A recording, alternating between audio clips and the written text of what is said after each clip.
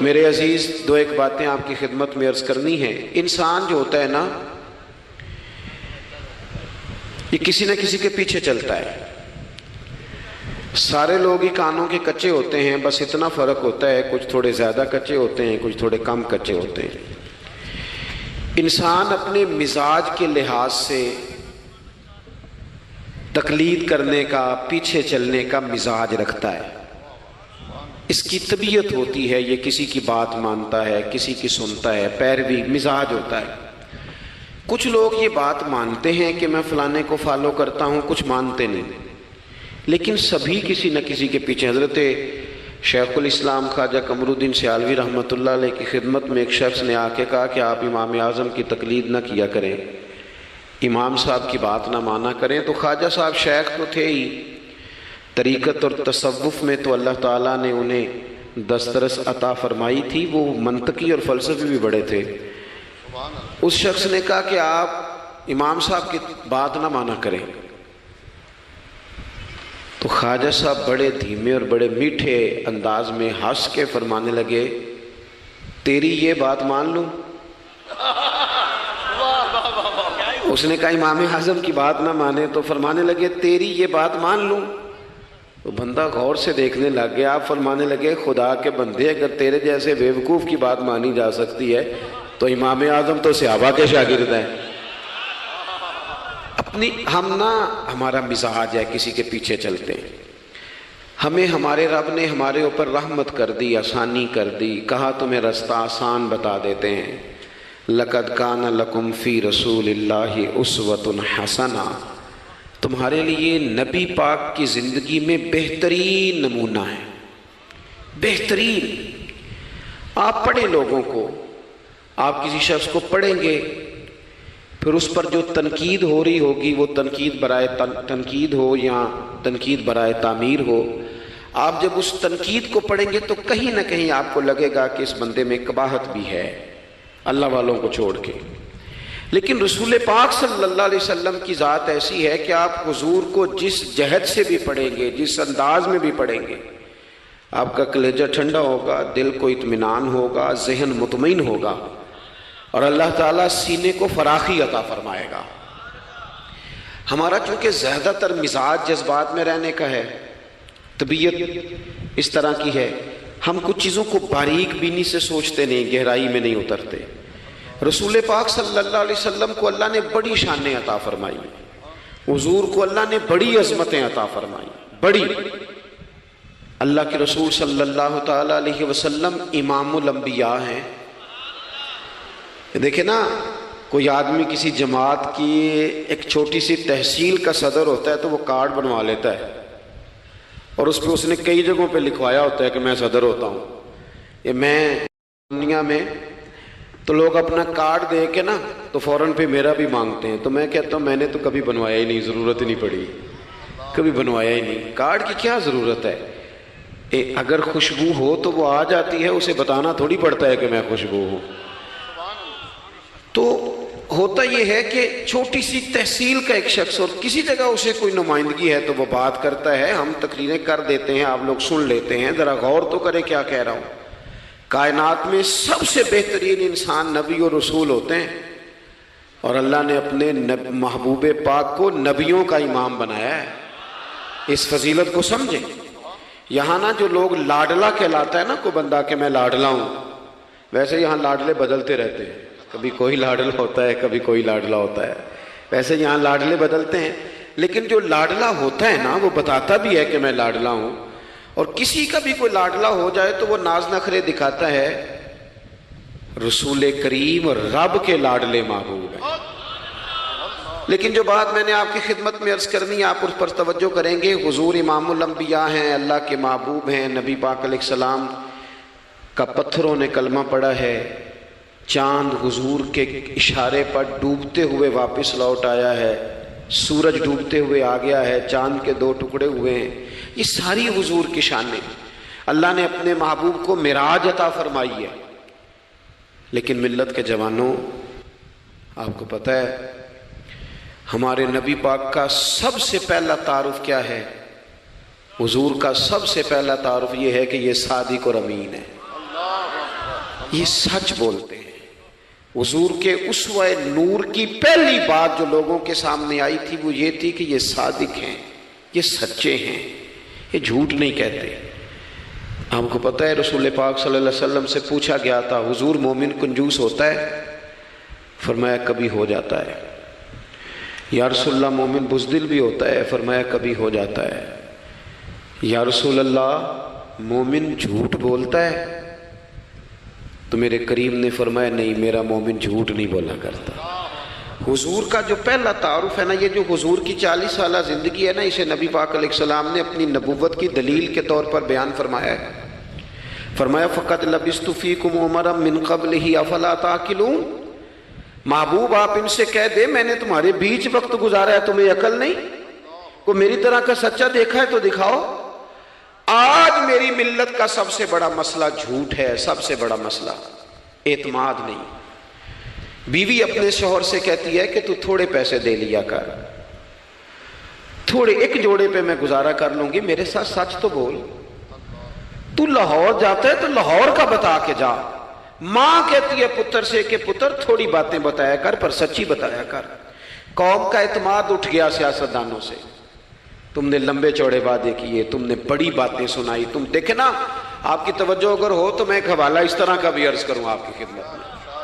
سبز باغ دکھا کے لوگوں کو کبھی پریشان نہیں کرنا چاہیے، کبھی بھی۔ یہ ہمارے پیر بھلا کیا کرتے ہیں بیچارے، ایک کرامت اللہ خیر کرے کبھی کوئی ایک بن جاتی ہے نا تو پھر وہ کمپنی کی مشہوری کا ذریعہ بنتی ہے۔ وہ کہتے ہیں اس کرامت کو بھی فیس بک پہ ڈالو۔ میں نا کراچی جا رہا تھا تو لاہور میں تھوڑا سا مریض ہوں، مجھے الرجی ہو جاتی ہے، زیادہ دیر بیٹھ نہیں سکتا۔ تو ایک کانفرنس میں مجھے شرکت کرنی تھی، تو ایئرپورٹ سے ہی میں نے دوستوں سے پوچھا موسم تمہارا کیسا ہے؟ کہنے لگے پیر صاحب بڑی گرمی ہے اور شدت ہے بڑی، اے سی چلا کے بھی گاڑی میں دقت ہے۔ تو میں نے کہا اچھا دعا کرتے ہیں اللہ بارش برسا دے۔ تو یہ دعا لاہور ہو رہی تھی، میں کراچی ایئرپورٹ پہ اترا تو بارش ہو رہی تھی۔ تو وہ جو مجھے لینے آئے تھے نا صاحب، وہ گاڑی میں ایک بندے کو کہہ رہے ہیں کہ وہ پیر صاحب نے لاہور آکھیا سی تو 1.5 گھنٹے جمی آ گیا ہے۔ وہ میں نے اسے کہا بس کر، اب آگے نہ بتا، ایسا نہ ہو کہ 2-4 لوگ آ جائیں کہ پیر صاحب جو کہتے ہیں وہ ہو جاتا ہے۔ جیڑے محرم راز حقیقت دے اور راز حقیقت کھول دے نہیں، جیڑے محرم راز حقیقت دے اور راز حقیقت کھول دے نہیں، اے جنہ ویکھیا نہیں او کرن گلاں، جنہ ویکھ لیا ہو تے بول دے ہی نہیں۔ اس لیے یہ اس طرح کرامتوں کو نا کمپنی کی مشہوری کا ذریعہ، ہمارے سیاستدان، ہمارے بڑے لیڈران وہ سبز باغ دکھا دیتے ہیں۔ آپ تھوڑی باتیں کریں، محدود کریں، مختصر کریں۔ دیکھیں اللہ کے محبوب علیہ السلام سے طائف والوں نے کہا تھا، جب حضور علیہ السلام نے دین کی تبلیغ کی تو سیرت میں یہ عنوان بھی ہمیں ملتا ہے، یا رسول اللہ صلی اللہ علیہ وسلم اگر آپ کو کل حکومت ملتی ہے تو ہمیں حصہ ملے گا؟ عرب کے لوگوں کا مزاج تھا نا، انہوں نے حضور سے کہا اگر کل کلاں حکومت ملتی ہے تو ہم شریک ہوں گے؟ تو حضور مسکرائے، اور میرے نبی پاک کو حکومت ملنے کا پاک کتنا زیادہ تھا کہ مکے سے ہجرت کر رہے ہیں، مدینہ شریف ابھی پہنچے نہیں، رستے میں سراقہ بن مالک سے کہہ رہے ہیں کسرا کے کنگن آئیں گے، یعنی حضور بتا رہے ہیں کہ سپر پاور بھی ساری یہاں آ جائے گی۔ حضور تو خندق والے دن ایک ہتھوڑا مارتے تھے تو فرماتے تھے روم فتح ہو گیا، دوسرا مارتے تھے تو کہتے تھے ایران فتح ہو گیا۔ یہ بخاری میں چیزیں آپ کو ملیں گی۔ حضور کو کامل یقین تھا کہ اذا جاء نصر اللہ والفتح، کامل یقین تھا کہ ان فتحنا لک فتحا مبینا، یہ ہوگا سارا کچھ۔ لیکن انہوں نے جب کہا نا ہمیں حصہ ملے گا تو حضور مسکرائے، فرمایا تم کہتے ہو حکومت تمہیں ملے گی؟ فرمایا بھائی سنو، حکومت اسے ملتی ہے جسے اللہ عطا کرتا ہے۔ بات ختم کر دی۔ سچ بولیں زندگی میں، سچی بات کریں۔ اللہ کے رسول صلی اللہ علیہ وسلم نے ہمیں پہلا سبق سچ کا دیا، اسے سادی تقریر نہ سمجھنا، یہ عنوان دین ہے۔ اپنی زندگی سے جھوٹ کو نکال دیں۔ آپ جو تھوڑی باتیں کر لیں پر جو کہیں اس پر کھڑا ہونا سیکھیں، اپنی زندگی کے اندر استقامت کا نور لائیں۔ جوانوں، کبھی بھی جھوٹ کی بنیاد پر رشتے نہ قائم کرنا۔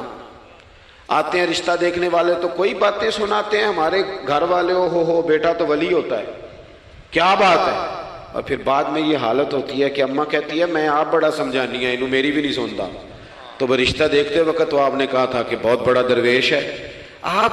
اور بچی والے بھی کچھ ایسے کام کرتے ہیں، رشتہ کرانے والے سے کہتے ہیں ہم نے کار بھی دینی ہے. کیوں آپ نے لالچ پیدا کیا؟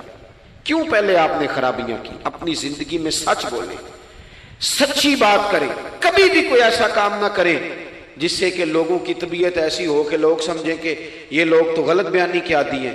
دیکھیں بخاری میں موجود ہے، سیرت کی تمام کتابوں میں الفاظ کے اختلاف کے ساتھ یہ اپنی اصل کے ساتھ یہ چیز ہر جگہ موجود ہے. حضرت ابو سفیان رضی اللہ تعالیٰ عنہ بعد میں مسلمان ہوئے. فرماتے ہیں میں جب شاہ روم کو حضور کا خط گیا تھا نا ہرقل کو، حضور صلی اللہ علیہ وسلم نے اس سے کہا کہ کلمہ پڑھ لو، خطوط لکھے نبی کریم نے. اس نے کہا یہاں ڈھونڈو کوئی عرب کا سردار اگر آیا ہو تو میں ملنا چاہتا ہوں. ابو سفیان کہتے ہیں میں بغرض تجارت وہاں موجود تھا، مجھے لوگ پکڑ کے بادشاہ کے پاس لے گئے، میں کلمہ نہیں پڑھتا تھا. جب کوئی کسی کا مخالف ہوتا ہے تو اس نے کوئی کہانی بھی یاد کی ہوئی ہوتی ہے. ان لوگوں نے کہانی بھی یاد کی ہوئی تھی، معاذ اللہ جادوگر ہیں، شاعر ہیں، یہ کہانیاں بھی سناتے تھے. کہتے ہیں کہ مجھے وہ لے گئے، بادشاہ کے سامنے کھڑا کر دیا. اب بادشاہ نے سوالات پوچھے، میں کوئی حق میں نہیں تھا کہ میں حق میں باتیں کرتا، میں تو اس وقت تک کلمہ نہیں پڑھتا تھا اور جو کفار کہتے تھے وہ ساری باتیں میں نے کرنی تھی. کہتے ہیں بادشاہ نے اپنے دربار میں کھڑا کر کے سوال کیے، بڑے سوال پوچھے، بڑے میں نے جواب دیے، بڑے سوال پوچھے. یہ بھی پوچھا کہ ماننے والے ان کے غریب ہیں کہ امیر ہیں؟ میں نے کہا نہیں، ماڑے ماڑے بندے ہیں. میلاد کے جلوسوں میں بھی ماڑے ماڑے بندے ہی جاتے ہیں، ماڑے ماڑے ہیں، غریب لوگ ہیں. اس نے یہ بھی پوچھا کہ ماننے والے بڑھ رہے ہیں یا گھٹ رہے ہیں؟ میں نے سارے جواب دیے. او ملت کے جوانوں، خدا را میری بات سننا. ابو سفیان کہتے ہیں غیروں کا دربار، سوال کرنے والا بھی کلمہ نہیں پڑھتا، ابھی جواب دینے والا بھی کلمہ نہیں پڑھتا. اس نے مجھ سے کہا کہ آپ نے بتایا کہ آپ رشتے میں چچا ہوتے ہیں، یہ بتاؤ وہ جنہوں نے اعلان نبوت کیا ہے کیا کبھی انہوں نے جھوٹ بھی بولا ہے؟ آج لوگوں نے نام نہیں بدل دیا جھوٹ کا، کچھ نے بہانہ نام رکھ دیا جھوٹ کا، جی میں نے بہانہ کر دیا تھا. کچھ کہتے ہیں جی جی وہ تو میں نے تو بس ایسی بات، وہ تو میں نے مذاق کیا تھا. جھوٹ کے نام نہیں بدل دیے لوگوں نے. ابو سفیان کہتے ہیں مجھ سے بادشاہ کھڑا کر کے پوچھنے لگا کیا کبھی انہوں نے جھوٹ بھی بولا ہے؟ ابو سفیان کہتے ہیں کہ لمحے کے لیے میرے دل میں آیا کہہ دوں کہ بولا ہے. پھر میں نے کہا ایک تو یہ عرب کی وفاداری کے خلاف ہے، اور دوسرا میں کہوں گا وہ جادوگر ہیں تو شاید کو ایک سیکنڈ کے لیے توجہ کرے، میں کہوں گا وہ شاعر ہیں شاید کو توجہ کرے، اور مدینے والے نے جھوٹ بولا یہ تو مانے گا ہی کوئی نہیں. سنو سنو، جن چیزوں کو معمولی سمجھ کے ہم نے رائج کیا وہ ہمارا وقار لے گئی. دنیا ہم پر اعتماد نہیں کرتی. ہم اس ملک میں بستے ہیں جہاں زلزلہ بھی آئے تو غیر ملکی امداد کرنا چاہیں تو وہ کہتے ہیں حکومتوں کے ہاتھ میں نہیں دیں گے، خود جائیں گے. ہمارا یہ حال ہو گیا ہے کہ قوم پر اعتماد اٹھ گیا دنیا کا.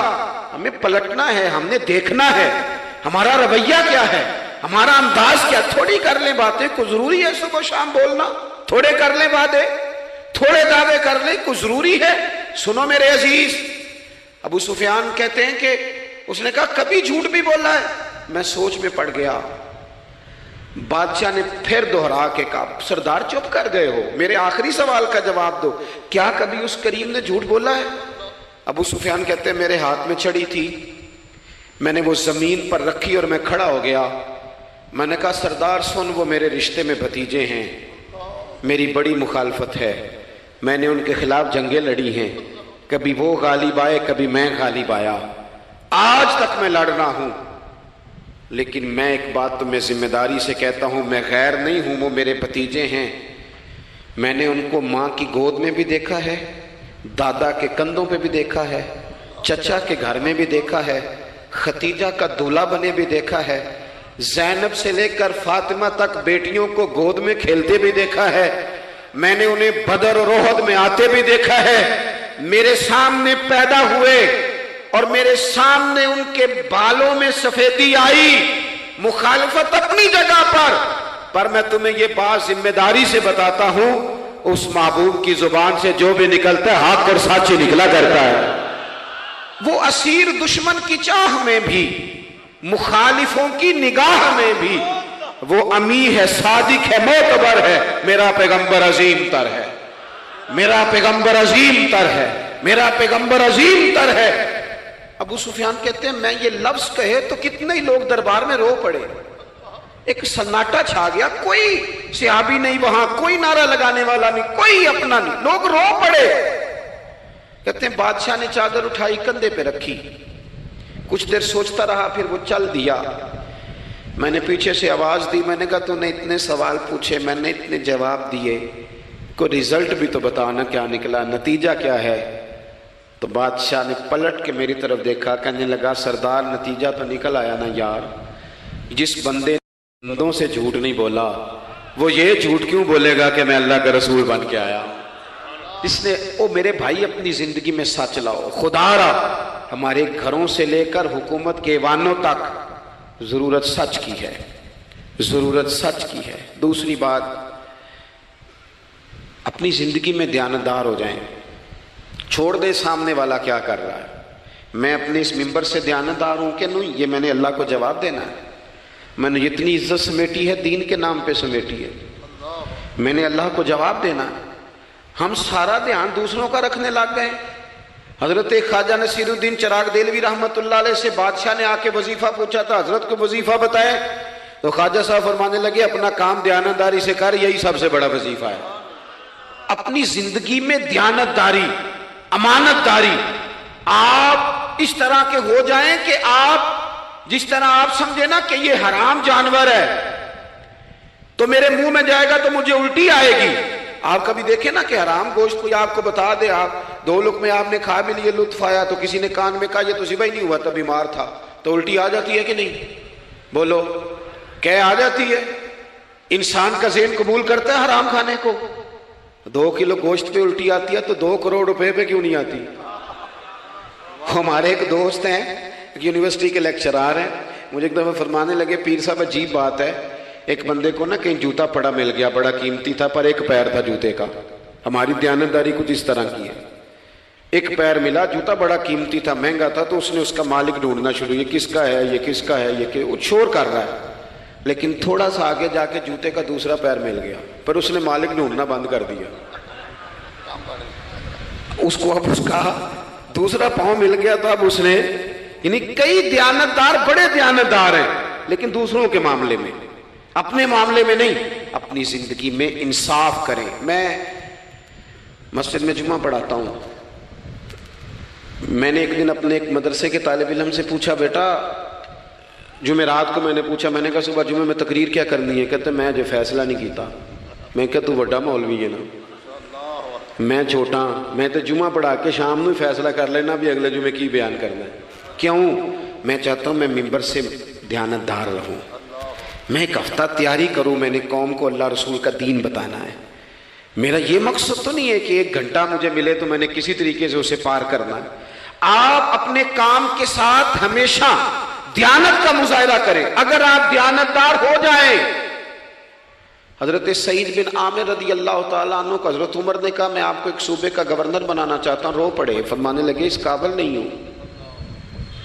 آپ کہیں مجھے بھی آپ کہہ دیں کہ فلانا عہدہ ملتا ہے تو تیار ہے ساری دنیا ہی، کون انکاری ہے اس کام سے، سب تیار بیٹھے، لیکن روتے تھے لوگ کا جناب میں کہاں کر سکتا ہوں۔ حضرت عمر نے لگا دیا حمص کا گورنر۔ کچھ مہینوں کے بعد حضرت عمر تشریف لے گئے، جا کے پوچھا کہ کیسا ہے، تو پہلے تو ایک لسٹ منگوائی حضرت عمر نے، کچھ مال آیا ہے تو مختلف صوبوں میں بانٹنا ہے، غریبوں کی لسٹ لاؤ۔ ان کے صوبے کی لسٹ آئی تو تیسرا نام گورنر صاحب کا تھا۔ وہ کہا تمہارا گورنر مسکینوں غریبوں میں؟ کہنے لگے حضرت صاحب جو لسٹ بنانے والے تھے وہ کہنے لگے اب ان کے وجود پر جو کپڑے ہیں جگہ کوئی نہیں بچی، پیوند کہاں لگانے ہیں۔ دامان توکل کی یہ خوبی ہے کہ اس پر پیوند لگے ہوتے ہیں پر دھبے نہیں ہوتے، پیوند لگے ہوتے ہیں پر دھبے نہیں ہوتے۔ حضرت عمر نے معلومات کی ان کے صوبے میں جا کے، تمہارا گورنر کس طرح کا ہے؟ عرض کی حضور 4 شکایتیں، یہ جمہوریت ہے، آج تو ہر سیاسی جماعت میں ڈکٹیٹرشپ ہے، آج کہاں جمہوریت ہے؟ آج تو آپ جتنے شاہ کے وفادار ہو جائیں گے اتنا اچھا عہدہ لیں گے، جتنا مرضی قابل بندہ ہو جماعت کے اندر، لیکن اگر وہ پورا تابع دار نہیں تو نظام نہیں چلتا، جتنا مرضی قابل ہو۔ حضرت سعید بن عامر رضی اللہ تعالیٰ عنہ 4 شکایتیں، عام آدمی شکایتیں کر رہے ہیں۔ حضرت عمر نے کہا کون کون سی؟ انہوں نے کہا جی پہلی شکایت یہ ہے کہ ہمارے گورنر، توجہ ہے میرے بھائیوں کی، انہوں نے کہا جی پہلی شکایت یہ ہے کہ گورنر صاحب صرف دن کو ملتے ہیں، انہیں رات کو بھی لوگوں سے ملنا چاہیے۔ دوسری شکایت یہ ہے کہ جب شروع میں آئے تھے تو فجر کے بعد بیٹھ جاتے تھے، مسائل سنتے تھے، اب سورج نکلنے پر اشراق چاشت کے ٹائم 8، 9، 10 بجے آتے ہیں۔ تیسری شکایت یہ ہے کہ ہفتے میں 1 دن ملتے ہی نہیں۔ چوتھی شکایت یہ ہے کہ کبھی کبھی ایسے رونے لگتے ہیں، بیٹھے بیٹھے بے ہوش ہو جاتے ہیں، تو آپ نے دیوانہ آدمی ہمیں دے دیا ہے۔ حضرت عمر فاروق رضی اللہ تعالیٰ عنہ نے حضرت سعید بن عامر کو مجمع میں پوچھا، جناب آپ پبلک کے نمائندے ہیں، آپ کو سوالوں کے جواب دینے چاہیے، بتلائیے نا۔ اور یہ پبلک کے نمائندے صرف سیاستدان نہیں ہوتے، پیر صاحبان بھی ہوتے ہیں، مسجد کا خطیب بھی ہوتا ہے۔ اگر حضرت عمر سے پوچھا جا سکتا ہے کرتا کہاں سے آیا، تو پیر صاحب سے بھی تو پوچھا جا سکتا ہے نا، ان کو بھی جواب دینا چاہیے، ان کو بھی بتانا چاہیے، اس لیے کہ وہی تو دعویٰ کر رہے ہیں فقر بتانے کا۔ تو حضرت عمر نے 4 سوال کہا، سعید آپ کے ذمے 4 سوالوں کے جواب ہیں۔ تو حضرت سعید بن عامر نے گردن جھکائی، کہنے لگے پہلے ہی کہا تھا میں گورنری کے قابل نہیں۔ فرمایا اب تو بن گئے ہونا، جواب تو دینا ہے، حضور بتلائیے۔ فرمایا پہلا سوال آپ سے یہ ہے کہ یار لوگ کہتے ہیں رات کو کام پڑ جاتا ہے اور آپ ملتے نہیں۔ تو حضرت سعید بن عامر نے اپنی داڑھی پکڑ لی، عرض کی حضور یہ ساری سفید ہو گئی ہے، بڑھاپا ہے، دن مخلوق کے لیے رکھا ہے، رات اپنے رب کے لیے رکھی ہوئی ہے۔ اگر پھر بھی کسی کو شوق ہو تو سعید بن عامر جب بھی ملے گا مسجد میں ملے گا، ساری رات بارگاہ ربوبیت کی او سنگیو تھوڑا مسلح بھی یار مضبوط کر لو، تھوڑا سا نا، ہم نہ تھک گئے ہیں فون سن کے۔ بہت سارے لوگ ایسے ہیں جن کے وجود نہیں اتنی تھکے جتنے دماغ تھک گئے، کمنٹس پڑھ کے، کمنٹس دے کے، رائے دے کے، بڑے بڑے باصلاحیت لوگوں کے حافظے کمزور ہو گئے۔ خدا را اپنی صلاحیتوں کو زنگ لگا لو گے۔ یہ تو جتنے لوگ ہیں میڈیا چلانے والے، ان کو تو میڈیا چلانا ہے، اور اب تو پتہ نہیں کتنے چینل اور کتنے لوگ اور سوشل میڈیا پہ کتنے، اور ادھر کتنے تو ادھر کتنے۔ خدا را کچھ وقت اگر مسلح پہ ملے تو آپ یقین کریں روح تازہ ہو جاتی ہے۔ لمبی لمبی دعائیں مانگیں، اپنے رب کو اپنے دکھ سنائیں، رسول پاک کی بارگاہ میں یہ نذرانے پیش کریں، آپ محسوس کریں گے وجود طاقتور ہوگا۔ حضرت سعید بن عامر کہنے لگے رات مسلح پہ گزارتا ہوں۔ دوسرا سوال آپ سے یہ کرنا تھا کہ یہ لوگ کہتے ہیں کہ آپ پہلے فجر میں آ جاتے تھے، اب اشراق چاشت کے بعد 9-10 بجے نکلتے ہیں۔ تو حضرت سعید بن عامر نے گردن جھکائی، کہا یہ میرا راز تھا، میری پرائیویٹ بات تھی۔ کہا جناب اب تو لوگوں کا سوال ہے۔ تو آپ فرمانے لگے میرے گھر میں خادم کوئی نہیں، غریب آدمی، بیوی بیمار ہو گئی ہے، 35 سال اس وفادار عورت نے میری ڈیوٹی کی ہے، بیماری میں چھوڑ دوں تو وفاداری تو نہیں نا۔ سویرے اٹھتا ہوں، گھر کا کام کرتا ہوں، پھر بیوی کے لیے ناشتہ بناتا ہوں، اسے کھانا کھلاتا ہوں، تیاری کرتے آتے دیر ہو جاتی ہے۔ دوسرے سوال پر لوگ رو پڑے۔ کہا تیسرا اعتراض آپ پہ یہ ہے کہ ہفتے میں 1 دن ملتے نہیں۔ تو حضرت سعید بن عامر کہنے لگے میں نے کہا تھا میرا پردہ نہ کھولا جائے، میں بڑا راضی ہوں رب کی عطاؤں پہ، میں کیوں کسی کے سامنے اپنا دکھ بیان کروں۔ گردن کو جھکا دیتا ہے خیرات کا پتھر، جہاں میں مانگنے والوں کے سر کبھی اونچے نہیں ہوتے، اور غیرت ہے بڑی چیز جہانے تگ و دو میں، پہناتی ہے یہ فقر کو تاج سردارا۔ آپ موقع دیں جی، بڑی مہربانی، چھوڑ دیں جی، تھوڑی 1 منٹ صرف جی ہمیں دیں، بولیں نہیں پیار سے جی، ناراض نہیں ہونا، آپ ہمیں موقع دیں۔ بات بھی اب تقریباً قریب ہونے کے قریب آئی۔ کہا حضرت سیدنا سعید بن عامر رضی اللہ تعالیٰ عنہ نے فرمانے لگے میں نے کہا تھا یہ میرا پردہ ہے، یہ نہ سنایا کریں آپ دکھ لوگوں کو۔ یہ غریب کہتے ہیں میں کسی امیر کے ساتھ لگ جاؤں گا تو کچھ بھی نہیں بنتا، چھوڑ دیں آپ، دکھڑے رب رسول کو سناؤ، خیرات بھی ملے گی اور عزت بھی ملے گی۔ وہ دیں گے اور کسی کو بتائیں گے بھی نہیں۔ حضرت سعید بن عامر رضی اللہ تعالیٰ عنہ سے تیسرا سوال ہوا، کہا جناب آپ ہفتے میں ایک دن ملتے نہیں، تو فرمانے لگے میرا راز تھا پر بتا دیتا ہوں، جوڑا ایک ہی ہے میرے پاس، ہفتے میں ایک دن دھو لیتا ہوں، پھر بیوی کے کپڑے پہن کے سارا دن بیٹھا رہتا ہوں، اگر دوسرا جوڑا ہو تو یہ کام نہ کروں۔ حضرت عمر رو پڑے، کہا جلدی سے چوتھے سوال کا جواب بھی دے، کبھی کبھی روتے ہو تو بے ہوش ہو جاتے ہو۔ وہ پھر رو پڑے، عرض کرنے لگے حضور 40 سال کی عمر میں کلمہ پڑھا، میرے سامنے حضرت خبیب کو پھانسی دی گئی مکے میں، جب وہ اپنی پچھلی غلطیاں یاد آتی ہیں تو پھر رو پڑتا ہوں، یاد ماضی عذاب ہے یا رب، میں تکلیف میں آ جاتا ہوں، سوچتا ہوں اگر اللہ نے سوال کیا تو کیسے جواب دوں گا، اس لیے برداشت نہیں ہوتا تو رو پڑتا ہوں۔ چاروں سوالوں کے جواب دیے تو حضرت سعید بن عامر کہنے لگے اب آپ نے مجھ سے سوالوں کے جواب تو لے لیے، اب میری سزا کا بھی تو اعلان کرے نا، بتائیں نا۔ تو حضرت عمر نے ہاتھ اٹھائے اور کیا لفظ کہے، کہے اللہ میرے نبی کی امت کو اس طرح کے کچھ اور لوگ بھی عطا فرما، کچھ اپنی زندگی میں دیانتدار ہو جائیں۔ تیسری بات آپ کی خدمت میں عرض کرنی ہے، رسول پاک صلی اللہ تعالیٰ علیہ وسلم نے ہمیں خالص کیا ہے، حضور کا سارا دین اخلاص کا درس دیتا ہے۔ یہ جو ریاکاری ہوتی ہے نا، نوجوانوں میری بات پہ غور کرنا، یہ جو ریاکاری ہوتی ہے نا، یہ بنیادی طور پر اداکاری ہوتی ہے۔ اداکاری بندہ زیادہ کر نہیں سکتا، تھک جاتا ہے۔ مخلص زندگی وہ ہوتی ہے جو آپ نارمل جیتے ہیں۔ مخلص آپ ہوتے ہیں جب آپ اپنی والدہ کے پاس نہیں بیٹھے ہوتے، آپ نے جب 5 اسٹار ہوٹل میں روٹی کھانی ہے نا تو پھر آپ کو پلیٹ کے ساتھ ٹیشو پیپر بھی ساتھ رکھنا پڑتا ہے، پھر رج کے روٹی کھائی بھی نہیں جاتی۔ رج کے کب کھائی جاتی تھی؟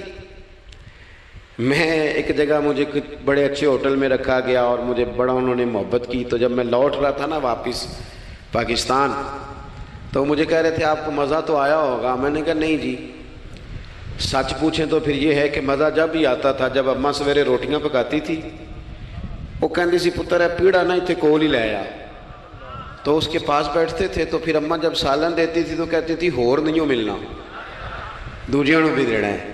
اور پھر لطف اس وقت آتا تھا جب بار بار کہتے تھے اماں جی چلو تھوڑا جاتے تھے ہونا ہونا تھوڑا جا، تو پھر اماں کئی دفعہ کہتی تھی کہ میں نے وہ اس سے نکال کے فریج میں رکھ دیا، بڑے بھائی نے کام سے آ کے روٹی کھانی ہے، اب یہ برتن ہے اسی کو صاف کر لے۔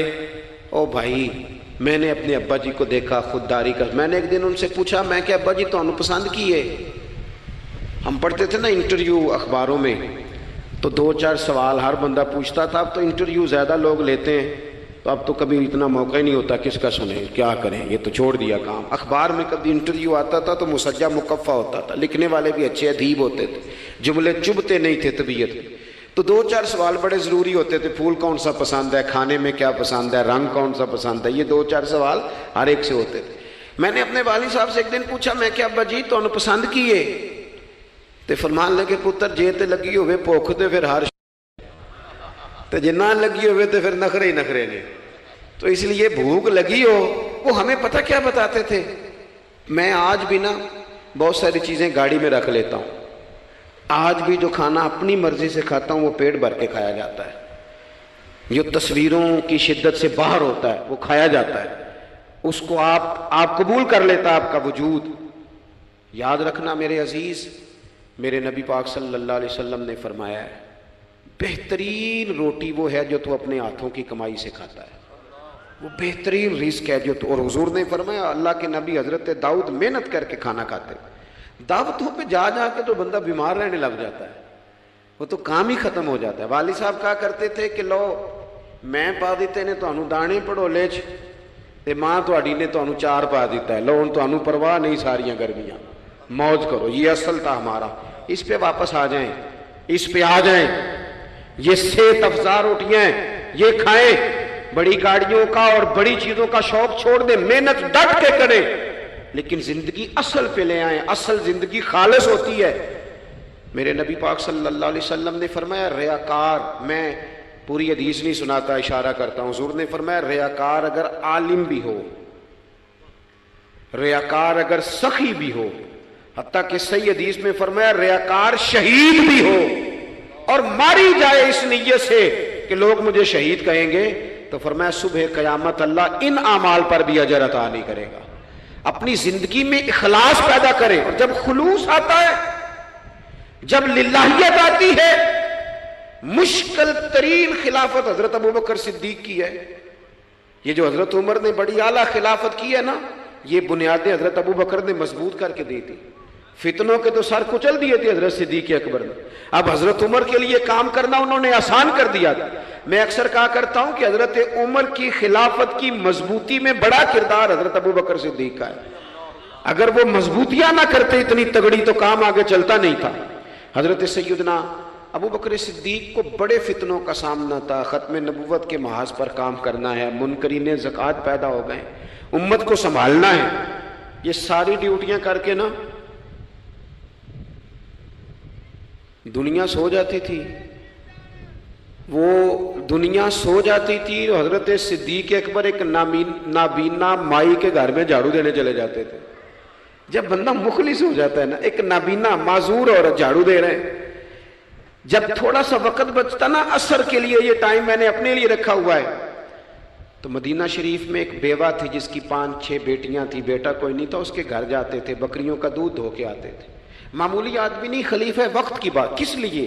یہ کام روحانی تسلی کا باعث بنتے، یہ کام آپ کو سکون دیتے، یہ آپ کے اندر وہ طاقت پیدا کرتے ہیں کہ آپ لڑ سکتے ہیں دنیا سے۔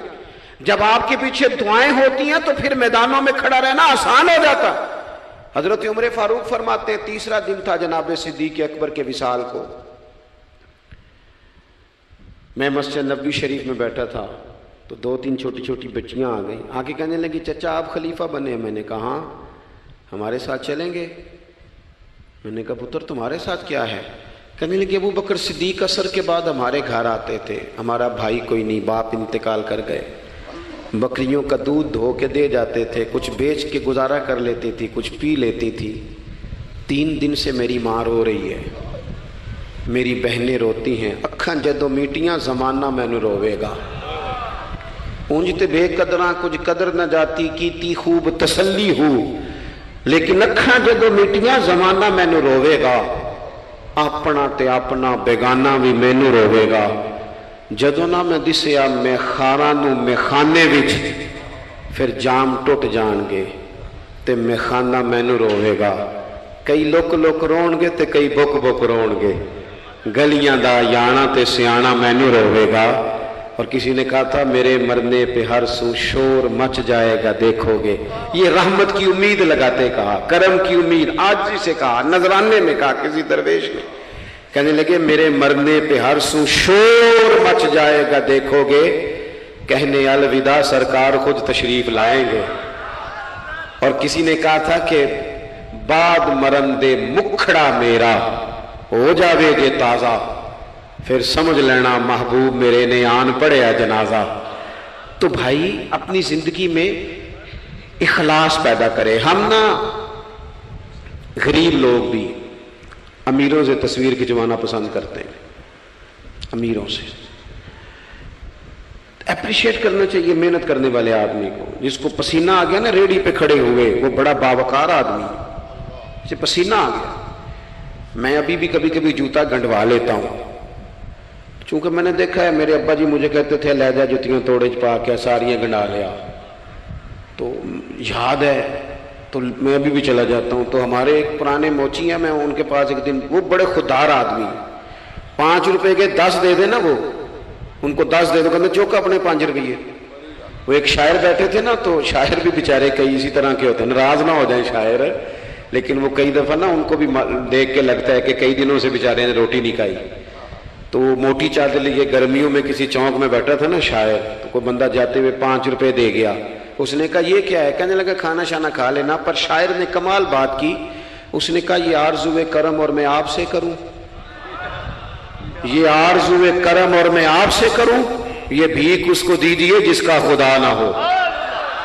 اور میرے اعلیٰ حضرت کیا کہتے ہیں؟ کہتے ہیں کروں مدح اہل دول رضا،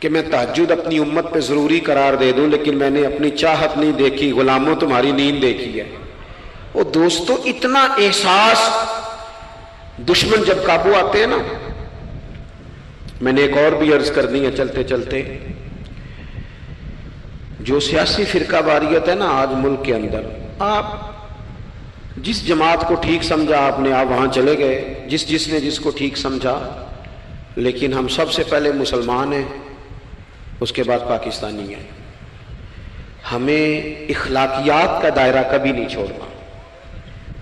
اختلاف کے بھی آداب ہوتے ہیں، اختلاف جس سے بھی کریں دلیل کی حد تک کریں، اس کی ذات تک اتر کے نہیں۔ مہذب قومیں یہ کام نہیں کرتی۔ حضرت ابو ایوب انصاری نے حضرت عمر سے اختلاف کیا اور سخت کیا، کہا جناب یہ آپ نے، حضرت عمر کو بات کرنے لگے تو حضرت ابو ایوب انصاری کھڑے ہو گئے، کہنے لگے، یا حضرت ابو ذر غفاری کھڑے ہو کے کہنے لگے نہ آپ کی بات مانیں گے نہ آپ کی اطاعت کریں گے۔ فرمایا میں نے کیا کیا ہے؟ تو کہنے لگے چادر تو ایک ایک بٹی تھی، تو آپ نے اسی چادر کا کرتا اسی کا تامت کیسے بنا لیا؟ حضرت عمر فاروق نے، انہوں نے سوال کیا تھا، حضرت عمر نے دلیل دی، فرمایا میرے بیٹے سے پوچھ لو۔ حضرت عبداللہ ابن عمر کہنے لگے ایک چادر چونکہ مجھے بھی ملی تھی میں نے اپنے ابا کو دے دی، لہذا کرتا بھی بن گیا۔ اور اب ہمارے ہاں نا دلیل ملنے پر بھی لوگ اعتراض نہیں چھوڑتے، کیونکہ ذاتی ہوتا ہے نا، دلیل تک تو اختلاف ہوتا نہیں۔ او میرے بھائی، اختلاف کے بھی آداب ہونے چاہیے۔ تو کسی نے کہا تھا کہ تعلق توڑ دینے کے بھی کچھ آداب ہوتے ہیں، کسی کو چھوڑ دینے کے بھی کچھ آداب ہوتے ہیں، اور کسی نے کہا تھا کہ قاتل کو کوئی قتل کے آداب سکھائے، دیکھو دستار کے ہوتے ہوئے سر کاٹ رہا ہے۔ کوئی ایک چیز چھوڑ دے۔ ہمارے ہاں اتنی شدت ہو گئی، اور بچے ہمارے ورکر سیاسی جماعتوں کے، خدا را آپ نے یہیں بسنا ہے، یہی رہنا، یہ آپ کے اپنے لوگ ہیں، مہربانی کریں آپ ضرور ہائی لائٹ کریں کسی کی غلطی، لیکن دائرہ تہذیب کبھی نہ چھوڑیں۔ کبھی مجھے تو ایک دو اینکر ایک دو دفعہ ملے ہیں، میں نے ان سے کہا مہربانی کریں، آپ کیا مزہ لے رہے ہیں آپ قوم کو تقسیم کر کے، خدا را کچھ سوچیں۔ آپ کا شغل لگا ہوا ہے، اور جہاں غریب کا یہ حال ہے کہ یہ ابھی عید آ رہی ہے نا، ہم نے بھی کچھ نیکیاں بند کر دی ہیں بعض چیزوں پہ۔ یہ رمضان شریف گزرا نا، میرے جیسے آدمی کو لوگ نیک سمجھتے ہیں اور اپنے دکھڑے سناتے ہیں۔ یہ رمضان گزرا ہے تو بیٹیوں کی شادیاں شروع ہوئی ہیں۔ اب لڑکوں والے تو نیک ہو گئے، اب تو وہ جہیز ہی نہیں مانگتے۔ یہ خبر پتہ ہے آپ کو؟ منڈے والے ہیں داج منگنا چھڑتا جی، وہ نیک ہو گئے۔ وہ کہندے اسی تہاڈے کو جہیز نہیں لینا، بس 600 بندے دی روٹی پکانی تسی تے صحیح پکانی جے، منڈے دے 11 ایکو واری آنا ہے۔ کبھی نہیں روٹی کھائی لڑکے کے دوستوں نے اپنے گھر۔ رمضان میں کھل کر سخاوتیں کرنے والوں، رمضان کے بعد بھی سوچا کرو، اور راشن ونڈن والے لوگ کو عیدوں بعد بھی بھوک لگ دیجئے، عیدوں بعد بھی بھوک لگ دیجئے۔ رمضان میں ثواب زیادہ ہے، لیکن سخاوت تو سارا سال ہی ہے۔ تو کچھ چیزیں ایسی ہیں، ہمیں حضرت سیدنا عمر فاروق نے جب جواب دے دیا نا کہ اس طرح ہے، اب وہ اختلاف دلیل تک تھا، اختلاف دلیل تک تھا، تو حضرت ابو ایوب انصاری اٹھ کے کھڑے ہو گئے، اعتراض کیا، جواب مل گیا، تو پتہ کیا فرمانے لگے؟ کہنے لگے عمر رب تجھے میری طرف سے بہتر صلہ دے، اب تو حکم کر، ہم سنیں گے بھی اور تیری اطاعت بھی کریں گے، اب ہم آپ کے پیچھے چلیں گے امیر المومنین۔ تو دلیل تک رکھیں چیزوں کو، دلیل مل جائے تو بات کو ختم کریں۔ تو میرے بھائی، احساس اپنی طبیعت میں جب ہم پیدا کرنے لگیں گے، احساس بڑی مشکل ہے غریب کی زندگی۔ امیر تو دوستی امیروں سے لگا لیتا ہے، جب انسان اپنی گاڑی میں سفر کرتا ہے تو پھر وہ کرایہ 5 روپے بڑھ جائے تو اسے تکلیف کوئی نہیں ہوتی، کیونکہ اسے پتہ ہی نہیں۔ بہت سارے امیروں کو تو پتہ ہی نہیں کہ گھی مہنگا ہو جائے تو گھر کے بجٹ پہ بوجھ کتنا پڑتا ہے، ان بیچاروں کو تو پتہ ہی نہیں، تو وہ اس احساس کو کیسے پیدا کریں گے؟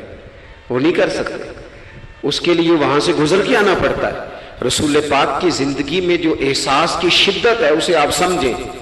دشمن جب ہتھے چڑھتا ہے تو پھر، اور دشمن بھی سخت گیر قسم کا ہو تو بندہ اسے چھوڑتا نہیں۔ لیکن حضرت انس بن مالک فرماتے ہیں کہ یہ جو لوگ بدر میں آئے تھے، یہ کوئی پھول لے کے نہیں آئے تھے ہاتھوں میں، گجرے پھولوں کے لے کے نہیں آئے تھے، تلواریں لے کے آئے تھے، اور پوری انہوں نے جنگ لڑی، 14 صحابہ شہید کیے، لیکن جب ان کو لا کے باندھا گیا نا مدینے میں تو غصہ تھا صحابہ کو، کس کس کے ہاتھ باندھے، حضرت عباس بھی تھے، جب وہ ہائے ہائے کرتے تھے نا مخالف تھے. توجہ ہے میری بات پر؟ او بھائی، جو پیار بیٹی پہ آتا ہے وہ بہو پہ بھی تو آنا چاہیے نا. اس پر بھی تو وہ بھی تو کسی کی بیٹی ہے نا.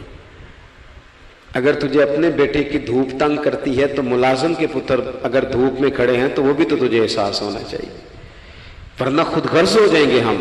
بات ختم کر رہا ہوں، غور کرنا. حضرت انس بن مالک کہتے ہیں میں مسجد نبوی شریف میں حاضر ہوا تو بے چینی کے عالم میں کبھی حضور ادھر جاتے تھے، کبھی ادھر آتے تھے، کبھی ادھر جائے. یا رسول اللہ کیا ہوا؟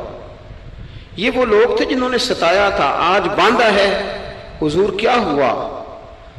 تو نبی کریم فرمانے لگے تم نے رسیاں زور سے باندھ دی ہیں، یہ ہائے ہائے کرتے ہیں، مجھے نیند نہیں آتی، ان کی رسیاں ڈھیلی کر دو. عزیز علیہ ما عنتم، حضور کے سینے میں درد رہا. وہ درد کبھی حضور کو طائف لے جاتا، کبھی کہیں، اور وہ درد کی وہ پیار کی شدت اتنی تھی کہ جب بڑی تکلیف دی نا میدان احد میں اور دانت مبارک شہید کر دیے تو حضرت صدیق اکبر نے کہا یا رسول اللہ دعا کریں یہ تباہ ہو جائیں. تو ہاتھ اٹھائے نبی پاک نے، دعا کیا کی؟ کہا اللہ انہیں ہدایت دے دے، انہیں پتہ ہی کوئی نہیں یہ کیا کر رہے ہیں. تو میرے عزیز، ایک تو اپنی زندگی میں سچ لائیں، خدا را سچ بولیں، آپ پکے وعدے کریں. میں ایک دن اپنی مسجد کے امام صاحب سے عرض کر رہا تھا، میں کہہ رہا تھا اگر آپ کہتے ہیں نا کہ 4:20 پہ فجر ہوگی تو 21 پہ نہ پڑھائیں، آپ نے وعدہ کیا 4:20 کا. قوم کو تو انتظار کرنا چاہیے 1-2 منٹ، کوئی حرج نہیں، لیکن ہم جو وعدے کرتے ہیں ہمیں بھی پورے کریں. سچ بولیں، دیانتداری کا مظاہرہ کریں، زندگی خالص گزاریں، جس کے ساتھ بھی وقت گزاریں اس کی خیر خواہی کریں، مخلص ہو جائیں اور اپنی زندگی احساس والی کریں. امام غزالی فرمایا کرتے تھے تو بانٹنے کا ارادہ کر، رب بانٹنے کی توفیق بھی دے دے گا. تو پروگرام تو بنا. اللہ کی بارگاہ میں دعا کرتا ہوں جن احباب نے اتنا سارا پنڈال اتنی محبت اور جد و جہد سے سجایا ہے، اللہ تعالیٰ انہیں دین دنیا کی برکتیں عطا کرے، ہم سب کو دولت اخلاص عطا فرمائے. آخر دعوانا ان الحمدللہ.